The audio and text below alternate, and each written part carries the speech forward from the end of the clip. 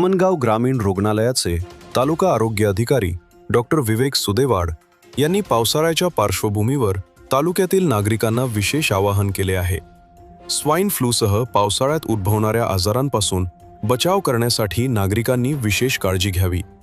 शक्य असल्यास मास्कचा वापर करावा, नियमितपणे सॅनिटायझरचा वापर करावा, तसेच पाणी किमान 10 मिनिटे उकळून प्यावे असे आवाहन त्यांनी केले आहे. गर्दीच्या ठिकाणी जाणे टाळावे आणि आजाराची लक्षणे जाणवल्यास तात्काळ डॉक्टरांचा सल्ला घ्यावा असेही त्यांनी सांगितले. याबाबत विदर्भ टुडे न्यूजशी बोलताना डॉक्टर विवेक सुदेवार यांनी नेमके काय सांगितले पाहूया.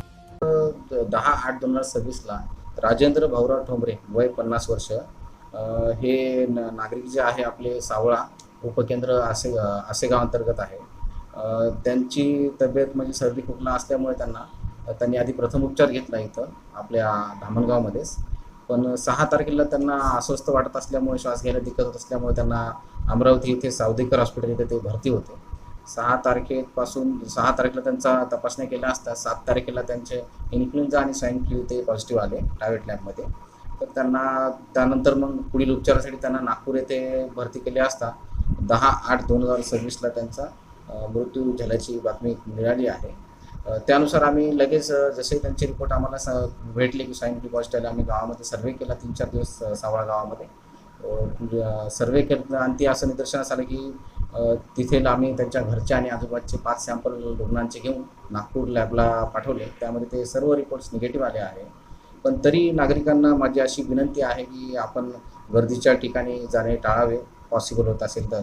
तसेच मास्कचा वापर करावा, सोशल डिस्टन्स ठेवावा, सॅनिटायझरचा वापर करावा, स्वच्छ हात धुवावे आणि शक्य असेल तर जर समजा कोणालाही असे काही सिम्पटम्स असतील, सर्दी ताप खोकला, तर आपल्या नजीकचे जे उपकेंद्र आहे किंवा प्राथमिक आरोग्य केंद्र किंवा ग्रामीण रुग्णालय येथे आपण तज्ज्ञ डॉक्टरांकडून इलाज करावा.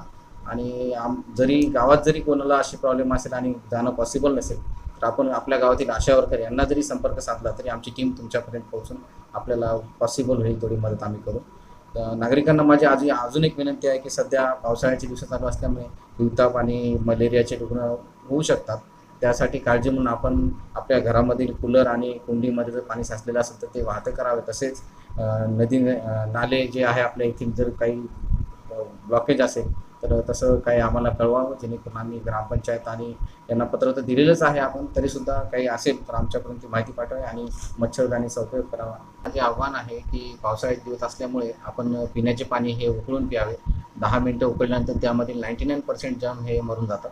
त्यामुळे ही एक माझी विनंती राहील सर्वांना की आपण पाणी एवढी मी विनंती करतो आणि सर्वांनी आपल्या आरोग्याची काळजी घ्यावी आणि आरोग्य विभागाला थोडंसं सहकार्य करा अशी माझी विनंती राहील. थँक्यू.